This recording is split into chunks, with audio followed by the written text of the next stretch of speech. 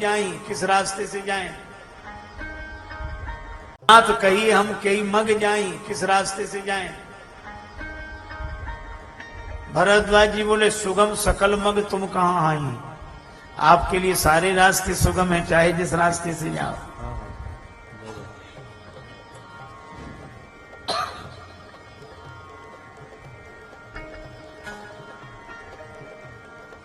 पर भगवान कह रहे हैं कि महाराज रास्ता आप ही बताओ, लक्ष्य भी आप ही बताओ, न मुझे लक्ष्य का पता है और न मुझे मार्ग का पता है। लक्ष्य आप बताओ और मार्ग भी आप बताओ। अच्छा ठीक है, हम रास्ता दिखाने वाले बुलाते हैं।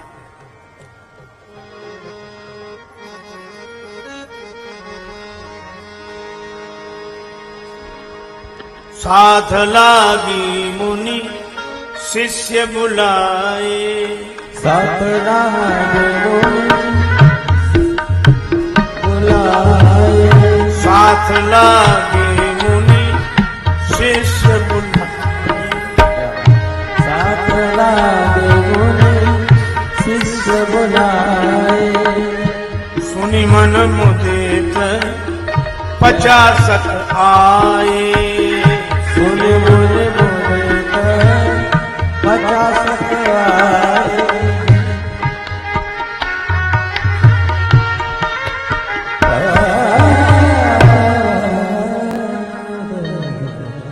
भरद्वाज जी ने कहा इनको रास्ता बताने के लिए कुछ मार्गदर्शकों को बुलाओ।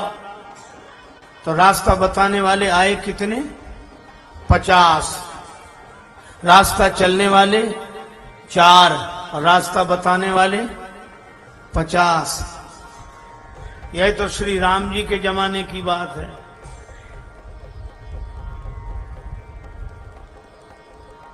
और आज के जमाने में तो सब रास्ता बताने ही बताने वाले हैं।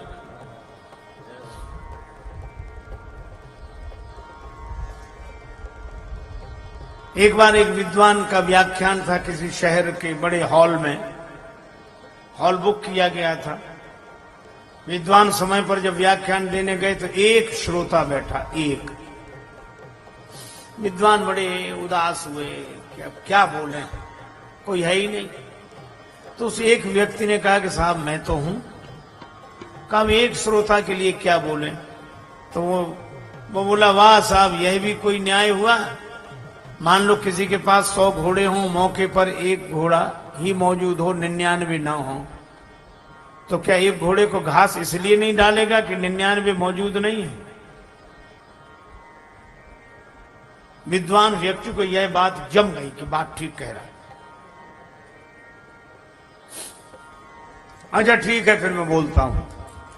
अब बोलना शुरू किया तो महाराज बंद न करे वो। अब एक श्रोता तो कुछ देर तो उसने सुना, फिर कुछ देर के बाद सहा। अब 1 घंटा 1.5 घंटा वो बोलते ही जाए और वो बेचारा हाँ हाँ। अंत में उसकी इतनी दुर्दशा हो गई, न हाँ कह पाए, न वाह कह पाए, आह आह करे। 2 घंटे बाद उन्होंने बंद किया। अब बंद करने पर श्रोता की ये दशा, कुछ बोलने लायक बचा ही नहीं था वो। तो विद्वान व्यक्ति ने कहा कि भाई क्या बात है, तुम्हारे कहने से ही तो मैं बोला। तुम्ही ने तो कहा था कि 100 घोड़े में 99 मौजूद ना हो तो क्या एक घोड़े को घास नहीं डाली जाएगी? श्रोता बेचारा किसी तरह बोला, लेकिन इसका यह भी अर्थ नहीं था कि 99 की घास एक ही घोड़े पे डाल दो। अरे भाई, सब रास्ता बताने वाले। अच्छा मजे की बात यह है, उस रास्ते को सब समझते हैं फिर भी नहीं समझते। अच्छा चलो, आप लोगों ने ये अनुभव किया होगा, जब किसी के घर किसी की मृत्यु हो जाती है, कोई दुखद घटना होती है, तो समझाने हम ही लोग तो जाते हैं। पढ़े लिखे 2-4 लोग जाएंगे, अरे भाई दुख मत करो, वो तो वादा न कम न ज्यादा, आत्मा तो अजर अमर है, शरीर तो नश्वर है। गीता के श्लोक सुना देंगे, वासांस जीर्णानि यथा विहाय नवानि ग्रहणाति नरोपराणि। तो वो जो बेचारा रो रहा होता है वो भी चुप हो जाता है, क्योंकि उसके साथ भी समस्या अगर चुप नहीं होगा तो लोग ये समझेंगे कि इसे गीता भी समझ में नहीं आती, तो उसका दुख भले ही दूर ना हो और वो चुप हो जाता है। समझाने वाले सोचते देखो हमारे समझाने का प्रभाव, लेकिन वो भी कहता है कोई बात नहीं, हमें भी मौका मिलेगा। और जब समझाने वालों के यहां कोई घटना घटती है,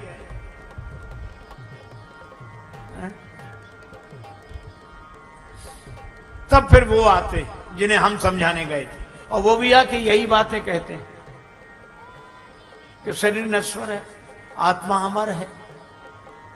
हमें आज तक ये बात समझ में नहीं आई कि जब सभी ये बात समझते हैं तो समझाने की जरूरत क्या है। हमें तो लगता है कि हम कोई नहीं समझते हैं, और हम यह समझते हैं कि हम सब समझते हैं।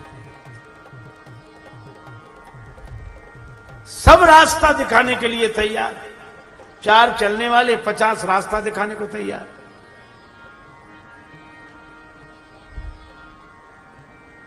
तब भरद्वाज जी ने 4 ही मार्गदर्शक चुने। मुनि बटु चारी संग तव दीने,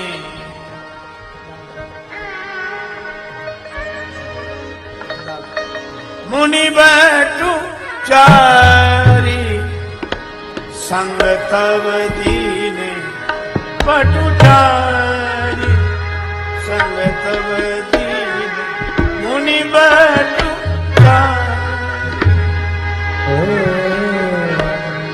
मुनि बटु चारी संग तव दीने, मुनि बटु चारी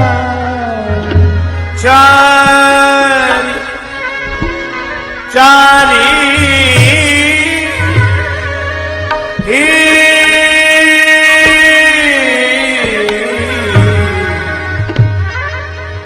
बटु चारी बटु चारी बटु संग तव दीने, मुनि बटु चारी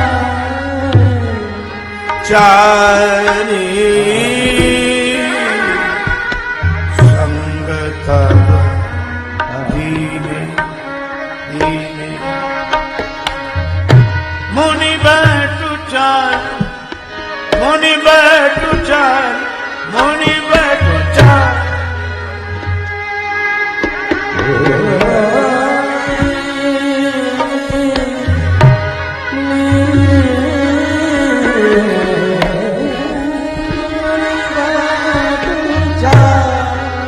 चार मार्गदर्शक दिए, और ये चारों गए, भगवान जमुना किनारे तक पहुंचे। उतरी नहाए जमुन जल जो शरीर समश्याम, और ब्रह्मचारियों को वहीं से विदा किया। भगवान फिर आगे बढ़े। गांव की देवियों ने देखा, नगर के नर नारी भगवान का दर्शन करते हैं, ये बड़े सुंदर हैं।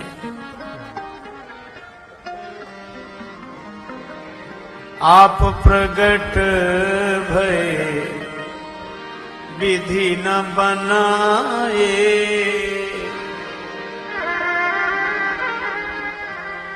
इनको विधाता ने बनाया नहीं है।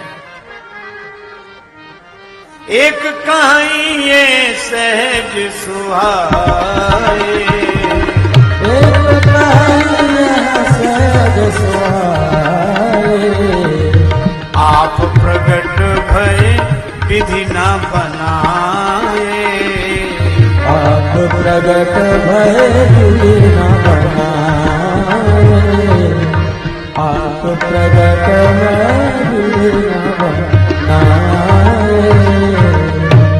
ये अपने आप प्रकट हुए, इनको विधाता ने बनाया नहीं। तो दूसरी सखी बोली, तुमने कैसे जाना कि इन्हें विधाता ने नहीं बनाया? बोली ऐसे, क्योंकि विधाता ने जिसे बनाया है उसमें कोई ना कोई कमी रह गई है।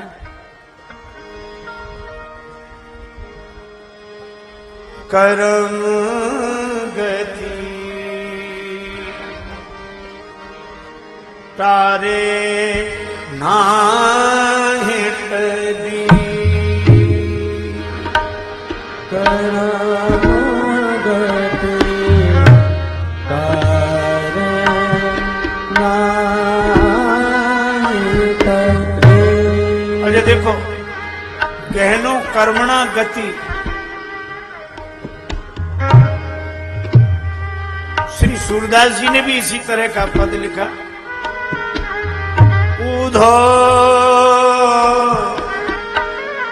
कर्मन की गति न्यारी गति न्यारी,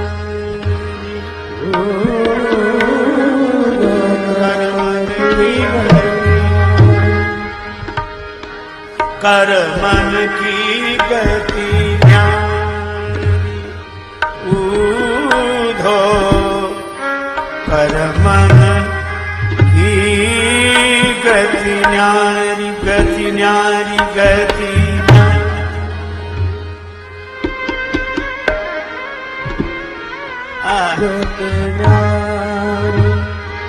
उज्ज्वल पंख दिए बबुला को,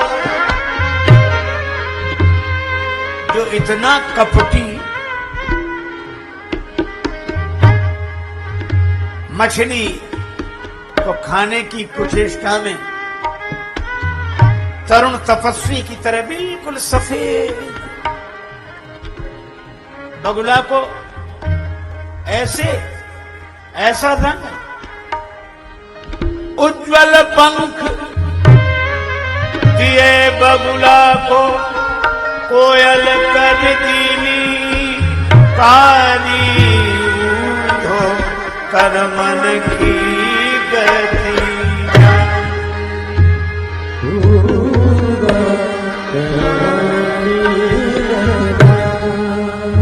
कोयल को काला कर दिया, मीठो जल ले सरिता बहती,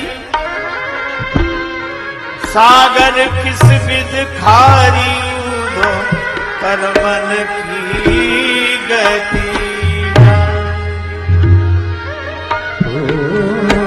समुद्र को खारा कर दिया, कल्प वृक्ष को वृक्ष बना दिया, कर्मन की गति न्यारी, की गति न्यारी, की गति न्यारी।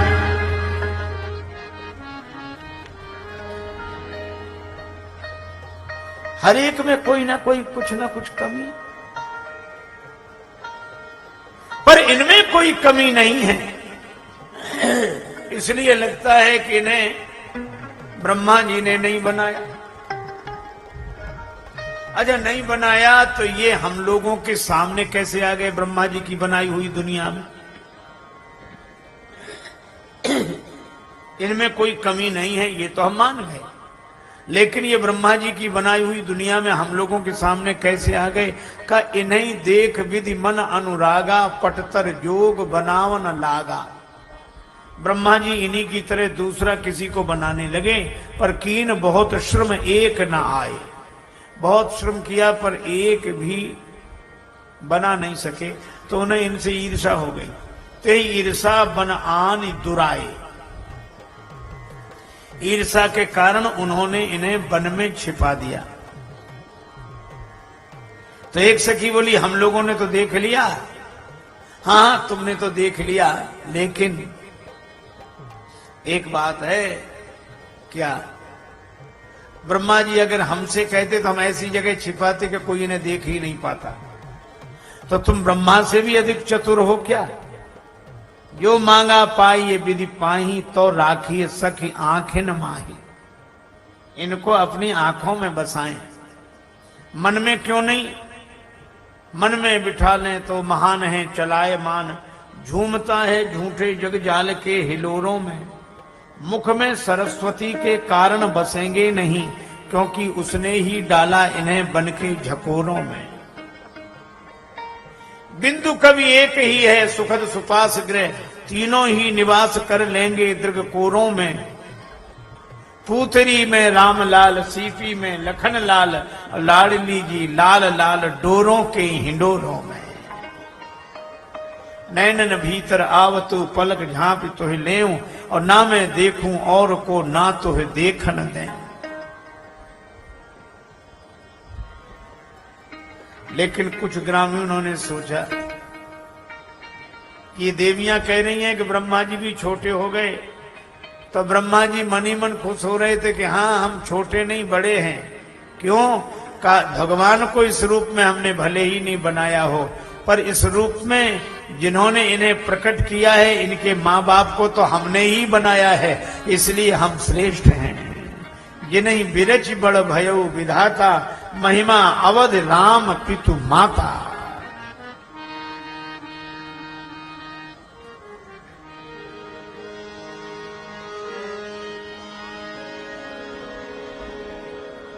एक देख बट छाभल,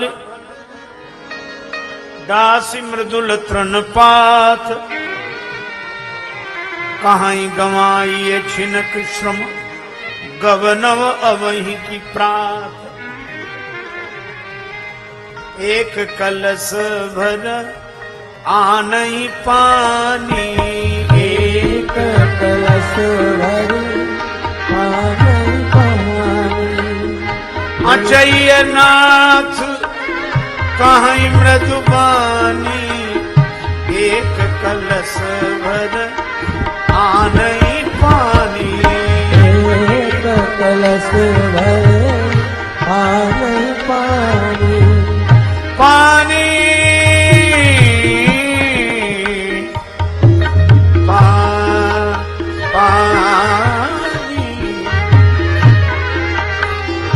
आनई पानी, आनई पानी, आनई पानी।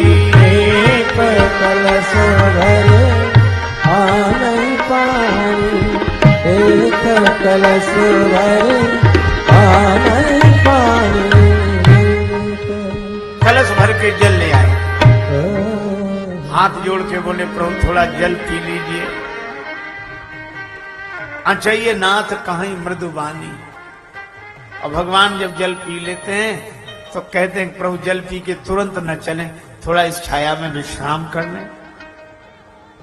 और जब भगवान वट वृक्ष के नीचे बैठ जाते हैं, पुष्पाच्छादित शैया पर, उस आसन पर भगवान बैठते हैं, तो जो लोग कह रहे थे कि रुक जाओ थोड़ी देर, वे ही कहते हैं गवनव अवहि की प्रात। प्रभु आज रात यहीं रुक जाओ, सवेरे जाओ तो अच्छा रहे। कई कई वचन मृदु ले नयन भरी नीर, किम चली है मार्ग अगम सुठ सुकुमार शरीर।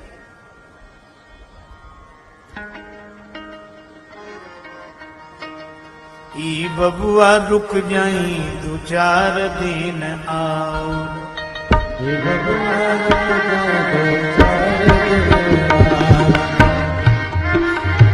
रुक जाई 2-4 दिन आओ। ई बबुआ रुक जाए 4 दिन आओ।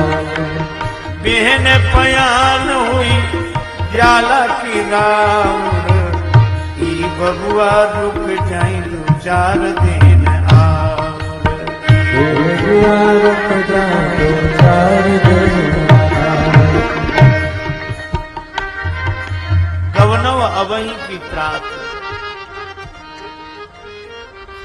तब तक ग्राम की वधूटियों ने श्री सिया जी को घेर लिया, श्री सीताराम जी को घेर लिया, लक्ष्मण जी दूर बैठे।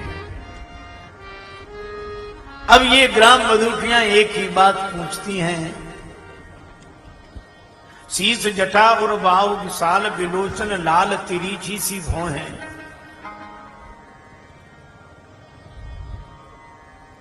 तून सरासन बान धरे, तुलसी बन मार्ग में सुबिसो हैं। सादर 12 बार सुभाएं, चिते तुम त्यों हमरो मन मोहें। अपूंछत ग्राम बधु सियसों, कहो सांवरे से सखी रावरे को है। ये जो सांवले सरकार हैं, ये आपके कौन लगते हैं? कितना कठिन प्रश्न है, जिसका सरलता से उत्तर देना कठिन है। श्री जानकी जी से पूछती है, सांवले सांवले आपके कौन लगते हैं? अब श्री जानकी जी को बड़ी कठिनाई, तो ऐसे में कोई संकोच के कारण सिर झुकाकर उत्तर दे देता है। तो जैसे ही श्री किशोरी जी ने सिर झुकाया तो तिनहि बिलोक बिलोकति धरनी, पृथ्वी माता देख रही है। अब मां के सामने पति का परिचय नववधु कैसे दे? दो सकोच सकुचति बर बरनी। तब श्री जानकी ने सोचा कि मैं गोरे राजकुमार का परिचय दे दूं तो सामने राजकुमार का परिचय इन्हें अपने आप मिल जाएगा। तो गोरे राजकुमार का परिचय दे रही, और इनको कहा क्या गया? सकुच सप्रेम बाल मृग नयनी, बोली मधुर वचन पिक बहनी। पिक बहनी, कोकिल बहनी का। श्री जानकी जी को कोकिल बहनी कहा। कोकिल क्यों?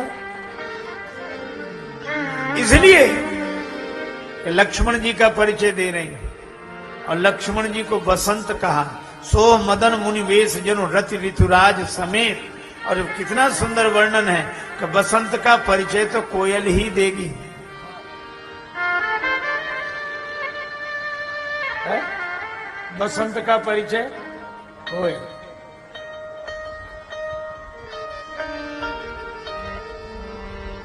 कोयलिया बोले अमुआर डार पर, ऋतु बसंत को दे संदेशवा। संदेशवा कोयली। श्री जानकी जी लक्ष्मण जी का परिचय देती हैं और क्या कहती हैं? सहज सुभाय सुभग तनु गोरे, नाम लखन लघु देवर मोरे। श्री जानकी जी कहती इनका स्वभाव बड़ा सरल है, ये बड़े सुंदर हैं, गौर वर्ण वाले हैं। आज हम आपसे पूछते हैं, क्यों भाई लक्ष्मण जी का स्वभाव सरल है?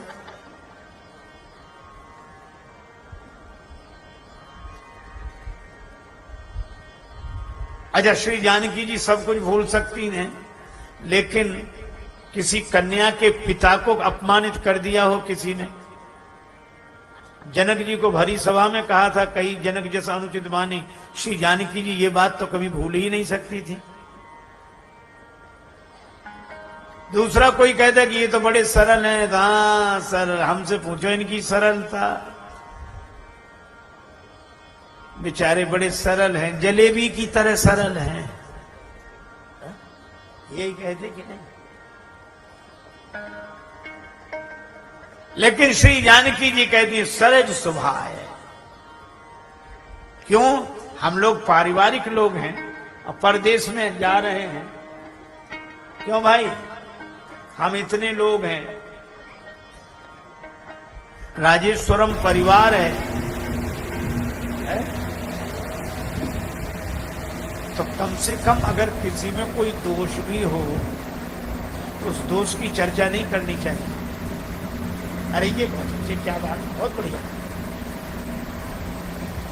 और ये क्या बात है, तब तो पारिवारिक भाव है बाहर परिचय देने का। और नहीं तो मालूम हम लोग कैसे परिचय देते पता है? एक राजा के पास दो विद्वान आए, दोनों साथ साथ रहते थे। राजा बड़ा चतुर था। एक विद्वान गए स्नान करने, एक बैठे थे। तो राजा ने कहा कि ये भी बड़े विद्वान हैं जो आपके साथ हैं। तो वो क्या बोला? काहे का विद्वान? बैल है, हम तो साथ लगाए रहते हैं कि एक से दो भले। अच्छा, अब वो आके बैठा। अब ये गए नहाने, तो उससे पूछा कि आपके साथ बड़े विद्वान है ये? बोला काहे का विद्वान? गधा है, घोड़ा है। राजा ने सुना, ठीक है, चलो भोजन करो। भोजन के लिए गए तो एक के सामने घास रख दी, एक के सामने भूसा। बोले ये क्या मजाक है? बोले आपसे ही तो परिचय मिला, आप कह दी ये घोड़ा है, वो बैल है, तो बैल के सामने भूसा, घोड़े के सामने घास।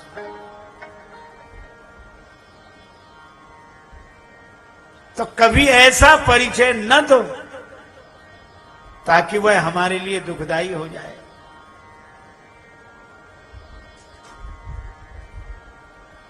श्री जानकी जी से उपदेश लेना चाहिए यह कि अपने देवर का परिचय भी दे रही तो बड़ा सरल स्वभाव है। लेकिन जैसी कह रही थी कि मैं कह दूंगी ये देवर हैं तो सांवले राजकुमार कौन है ये अपने आप समझ जाएंगी सखियां।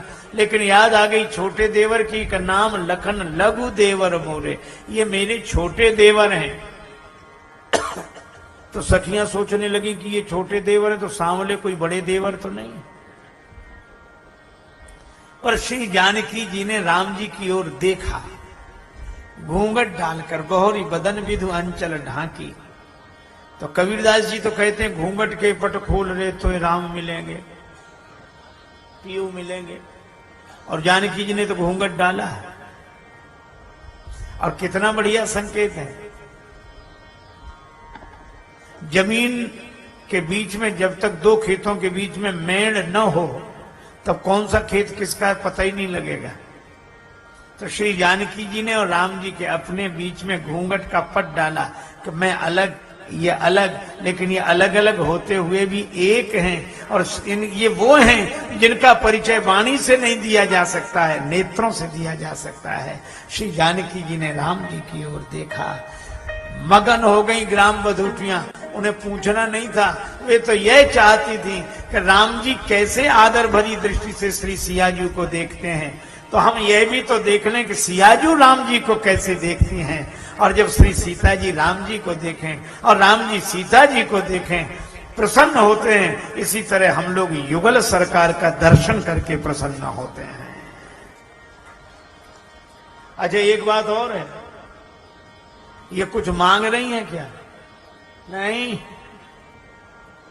ये बुंदेलखंड की घटना है। चित्रकूट जा रहे हैं, भगवान वाल्मीकि आश्रम के पहले की बात है। आपने ऐसा कभी नहीं देखा होगा कि हम जिसे प्रणाम करें, चरणों में हाथ रखें, फिर उसी के सिर पे हाथ रखें। चरणों में प्रणाम का प्रणाम महाराज, और फिर सिर पे हाथ रख के कहें खुश रहो खुश रहो। हाँ?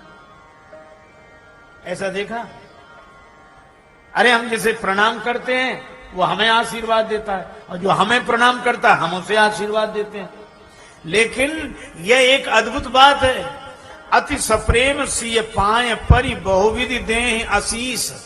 श्री सीता जी के चरणों में प्रणाम भी करती हैं और माथे पे हाथ रखकर आशीर्वाद भी देती हैं।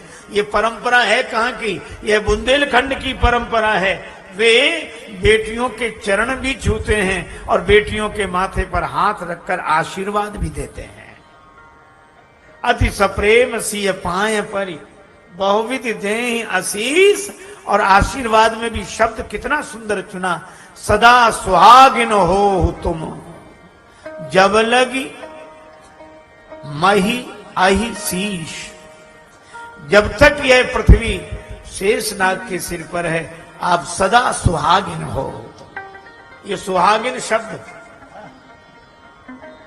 श्री जानकी जी को आशीर्वाद दिया। लक्ष्मण जी ने राम जी का रुख जानकर लोगों से मार्ग पूछा, लोगों ने रास्ता बताया, भगवान आगे बढ़े।